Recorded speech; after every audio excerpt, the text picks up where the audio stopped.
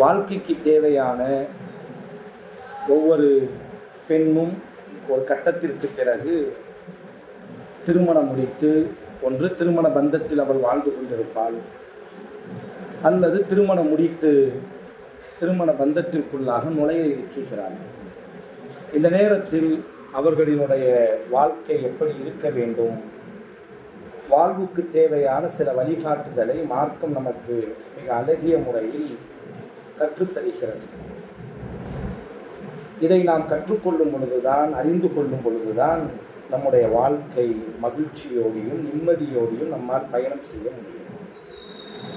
فَلْيَحْذَرِ الَّذِينَ يُخَالِفُونَ عَنْ أَمْرِهِ أَنْ تُصِيبَهُمْ فِتْنَةٌ أَوْ يُصِيبَهُمْ عَذَابٌ أَلِيمٌ. நபியே, நீங்கள் எச்சரிக்கை செய்யுங்கள். அல்லதீன, ஒரு சிலர்களுக்கு, யுகாலிஃபூன அன் அம்ரிஹி, நம்முடைய வழிமுறைக்கு மாற்றமாக வாழக்கூடிய ஒவ்வொருவருக்கும் நபியே நீங்கள் எச்சரிக்கை செய்யுங்கள். எதை தொட்டும் எச்சரிக்கை செய்யுங்கள்? அன் துஸீபஹும் ஃபித்னா, நமது வழிமுறைக்கு மாற்றமாக அவர்கள் வாழ்ந்தால் அவர்களினுடைய வாழ்க்கையில் குழப்பங்கள் ஏற்படுவதை தொட்டும், அவ் அதாபுன் அலீம், அல்லது அவர்கள் தலையில் தண்டனைகள் முசீபத்துகள் இறங்குவதை தொட்டும் நபியே நீங்கள் அவர்களுக்கு எச்சரிக்கை செய்யுங்கள் என்று திருக்குர்ஆனில் அல்லாஹ் கூறுகிறார். அப்போ வாழ்க்கை நிம்மதியாக மகிழ்ச்சியாக சாந்தமாக இருக்க வேண்டுமையானால் அல்லாஹ் ரப்புல் ஆலமீன் கொடுத்த அந்த வழிமுறையின் மீது நம்முடைய வாழ்வுகளை அமைத்துக் கொள்ள வேண்டும். இந்த வழிமுறைக்கு மாற்றமான வேறு ஒரு சூழலை நாங்கள் தேர்வு செய்யும் பொழுது, அது விரும்பி தேர்வு செய்தாலும் அல்லது நம்மீது திணிக்கப்பட்டு நாங்கள் தேர்வு செய்தாலும் கூட நம்முடைய வாழ்க்கைகள் சோதனையின் களமாய் தண்டனையின் களமாக இவ்வுலக வாழ்க்கை மாறிவிடுகிறது. அந்த அடிப்படையில் திருமண வாழ்க்கை என்பது ஒரு ஆணினுடைய வாழ்க்கையிலும் பெண்ணினுடைய வாழ்க்கையிலும் ஒரு உன்னதமான மகிழ்ச்சியான ஒரு வாழ்க்கை. திருமணத்தை பற்றி திருக்குர்ஆன் நமக்கு சொன்ன செய்தி நம்ம எல்லோருக்கும் தெரியும். எதற்காக திருமண பந்தம்? தாய் என்ற அந்த உறவு இருக்கிறது, அது பாசத்தினுடைய உறவு. தந்தை என்ற உறவு இருக்கிறது, அது அறிவு அனுபவத்தினுடைய உறவுகள். இரத்த பந்தங்கள், நம்முடைய உறவுகள், நண்பர்கள், இவைகளெல்லாம் உலகத்தில் வெவ்வேறு நேசங்களை பாசங்களை வெளிக்கொண்டு வந்தாலும் இந்த கணவன் மனைவி என்ற இந்த உறவு மட்டும்தான் இருவருக்கு மத்தியில் நிம்மதியை மன அமைதியை கொடுக்க முடியும். வமின் ஆயாத்திஹி அன் ஹலக லக்கும் மின் அன்ஃபுஸிக்கும் அஸ்வாஜன் லிதஸ்குனு இலைஹா.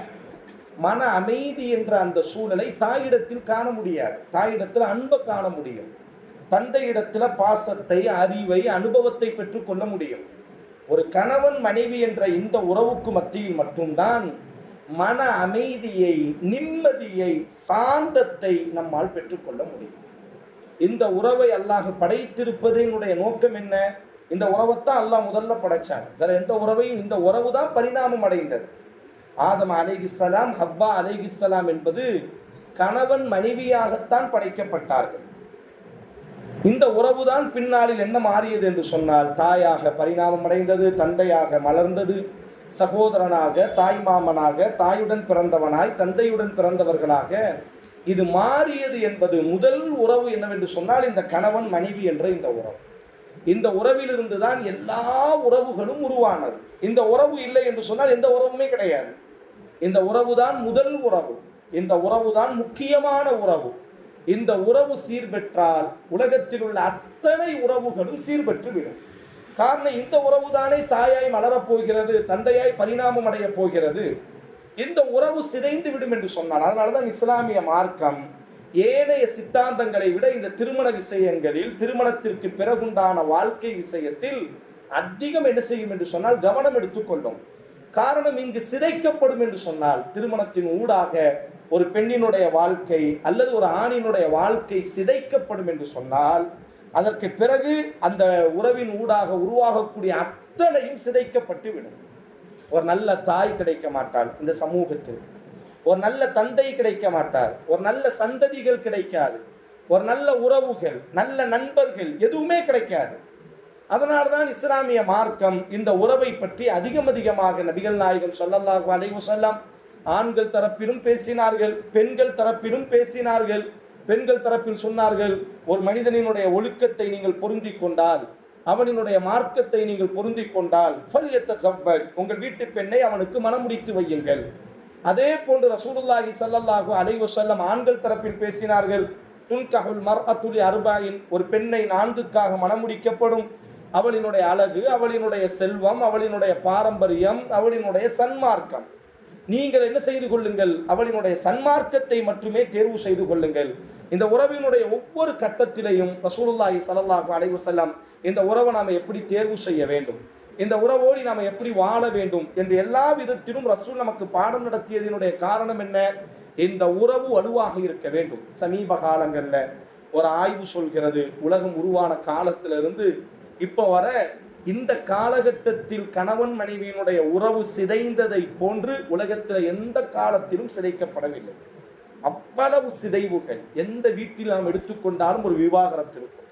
அது ஆண் தரப்பில் ஒரு குறை இருக்கும், அல்லது பெண் தரப்பில் ஒரு குறை இருக்கும், அல்லது 2 தரப்பிலும் குறைகள் இருக்கும், அல்லது 2 தரப்பிலும் குறை இல்லாமல் ஆணை பெற்றவர்களிடத்தில் பெண்ணை பெற்றவர்களிடத்தில் ஈகோவினுடைய அந்த பிரச்சனை இருக்கும்.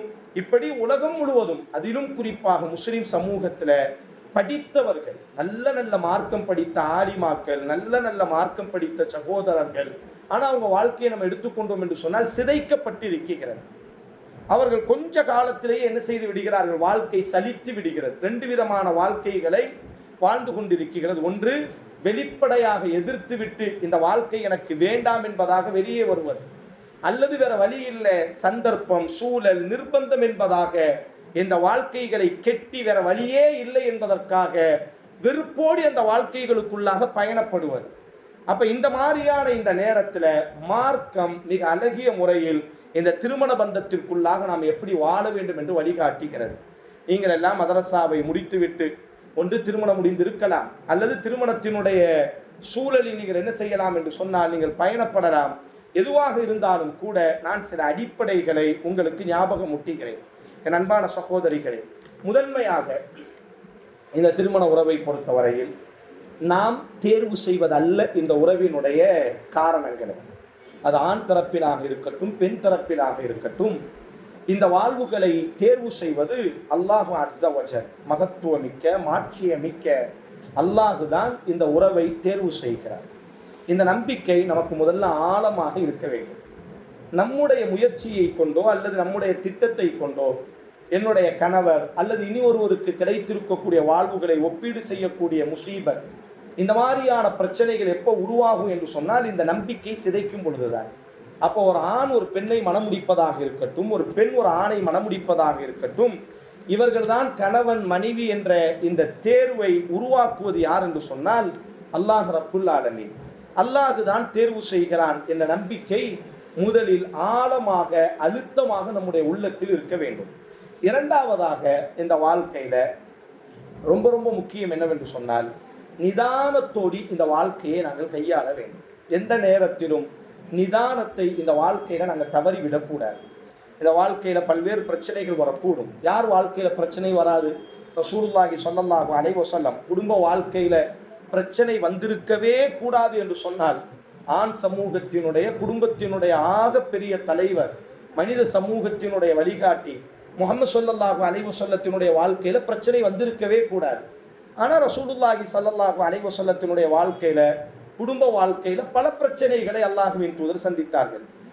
விவாகரத்து செய்யக்கூடிய அளவுக்கு அல்லாஹ்வின் தூதர் ஸல்லல்லாஹு அலைஹி வஸல்லம் விவாகரத்து செய்து விடலாமா என்று யோசிக்கக்கூடிய அளவிற்கு, அல்லது அந்த வெளியில் இருக்கக்கூடியவர்கள் அல்லாஹ்வின் தூதர் தனது மனைவிகளை விவாகரத்து செய்து விட்டார்களோ என்று யோசிக்கக்கூடிய அளவிற்கு அல்லாஹ்வின் தூதரினுடைய வாழ்க்கையில் பிரச்சனை இருக்கிறது. மனைவிகள் ரீதியாக பிரச்சனை வந்திருக்கிறது. சமூக ரீதியாக ரசூலுல்லாஹி ஸல்லல்லாஹு அலைஹி வஸல்லம் அவர்களுக்கும் அவர்கள் மனைவிக்கும் நல்ல தொடர்பு இருந்தது, எந்த மாற்று கருத்தும் இல்லை, நல்ல பாசம் இருந்தது. ஆனால் வெளியில் இருக்கக்கூடிய சமூக ரீதியாக ரசூலுல்லாஹி ஸல்லல்லாஹு அலைஹி வஸல்லம் அவர்களினுடைய வாழ்க்கைக்கு பிரச்சனை ஏற்பட்டது. முனாஃபிகீன்கள் ஆயிஷா ரலியல்லாஹு அன்ஹா முஹம்மது ஸல்லல்லாஹு அலைஹி வஸல்லம் அல்லாஹ்வின் தூதர் சந்தேகப்படவே இல்லை தனது மனைவியை. அல்லாஹ்வின் தூதர் தனது மனைவியின் மீது ஒரு சின்ன கீறலை கூட மனதளவில் நினைத்து பார்க்கவில்லை. ஆனால் வெளியில் இருக்கக்கூடிய ஒரு பெரிய சமூகம், ஒரு முனாஃபிக்கான முஸ்லிம்களினுடைய வேடம் தரித்த ஒரு முனாஃபிக்கினுடைய சமூகம் ரசூலுல்லாஹி ஸல்லல்லாஹு அலைஹி வஸல்லத்தினுடைய வாழ்வுகளுக்குள்ளாக சூழ்ச்சி செய்தார்கள். அதனுடைய விளைவு என்ன? அல்லாஹ்வின் தூதர் தனது மனைவியை விட்டு விலகக்கூடிய அளவிற்கு, இது ஒரு முடிவெடுக்க முடியாத அளவிற்கு, முனாஃபிக்கீன்கள் சொல்வதில் ஏதேனும் ஒரு உண்மை இருக்குமோ என்று யோசிக்கக்கூடிய அளவிற்கு ஆயிஷா ரலியல்லாஹு அன்ஹா அவர்களிடத்தில் வந்த, ஆயிஷா நீ தவறு செய்திருந்தால் அல்லாஹ்விடத்தில் பாவ மன்னிப்பு கேள் என்று சொல்லக்கூடிய அளவிற்கு சமூக ரீதியான ஒரு பிரச்சனையை ரசூலுல்லாஹி ஸல்லல்லாஹு அலைஹி வஸல்லம் நபியினுடைய தரப்புல, ஆயிஷா ரலியல்லாஹுடைய தரப்புல, அல்லது ரசூலுல்லாஹுடைய குடும்ப தரப்பில், ஆயிஷா ரலியல்லாஹுடைய குடும்ப தரப்பில் எந்த பிரச்சனையும் இல்லை. சந்தோஷமாய், மகிழ்ச்சியாய், ஒழுக்கமாய் வாழ்ந்து கொண்டிருந்தார்கள். ஆனால் மூன்றாவது ஒரு தரப்பிலிருந்து குடும்ப ரீதியான பிரச்சனையை ரசூலுல்லாஹி ஸல்லல்லாஹு அலைஹி வஸல்லம் சந்திக்க வேண்டிய நேரம் வந்ததல்லவா? எல்லா நேரத்திலும் குடும்ப ரீதியான பிரச்சனையை நாம் சந்தித்தே தீர்வோம். நாம் என்ன நினைக்கிறோம் அப்படின்னு சொன்னால், சிறு பிராயத்திலேயே படங்களை பார்த்து வளர்ந்தவர்கள், மேஜிக் என்ற அடிப்படையில் அந்த ரீல்கள் நாம் பார்க்கக்கூடிய அத்தனையும் என்னவென்று சொன்னால், பொதுவாக இது உணர்வுகளை என்ன செய்யும் என்று சொன்னால் காயப்படுத்தும். நாம் பார்க்கக்கூடிய நாடகங்கள், நாம் பார்க்கக்கூடிய படங்கள், நாம் வெளி உலகத்தில் ரசிக்கக்கூடிய ரசனைகள், இவைகள் எல்லாம் என்ன நம்முடைய மிதப்பில் உருவாக்குகிறது என்று சொன்னால், வாழ்க்கை என்பது சொர்க்கமாக இருக்கும், வாழ்க்கை என்பது அற்புதமாக இருக்கும், திருமணம் முடித்து விட்டால் நம்முடைய வாழ்க்கை வேறு ஒரு கட்டத்திற்கு நாம் பயணப்பட்டு விடுவோம், நம்முடைய சூழல் மாறிவிடும், பொருளாதார ரீதியாய், நம்முடைய கண்ணிய ரீதியாக அல்ல, நிச்சயமாக பல்வேறு பிரச்சனைகளுக்கு நாம் முகம் கொடுக்க வேண்டும். அந்த நேரத்தில் எல்லாம் நிதானத்தோடு அந்த பிரச்சனைகளை நாங்கள் அணுக வேண்டும். நிதானம் தவறுவோம் என்று சொன்னால் உணர்வுகளுக்கு, உணர்ச்சிகளுக்கு, அல்லது மூன்றாம் தரப்பினுடைய அந்த கோபத்திற்கு நாங்கள் பலியாகி நாங்கள் உணர்வுகளை வெளிக்காட்டுவோமேயானால் நம்முடைய வாழ்க்கை சிதைந்துவிடும். குர்ஆன்ல அல்லாஹ் ரப்புல் ஆலமீன் இன்ஜாஅக்கும் ஃபாஸிகும் பினபஇன் ஃபதபய்யனு, நான் ஒரே ஒரு செய்தியை உங்களுக்கு ஞாபகம் ஊட்டுகிறேன்.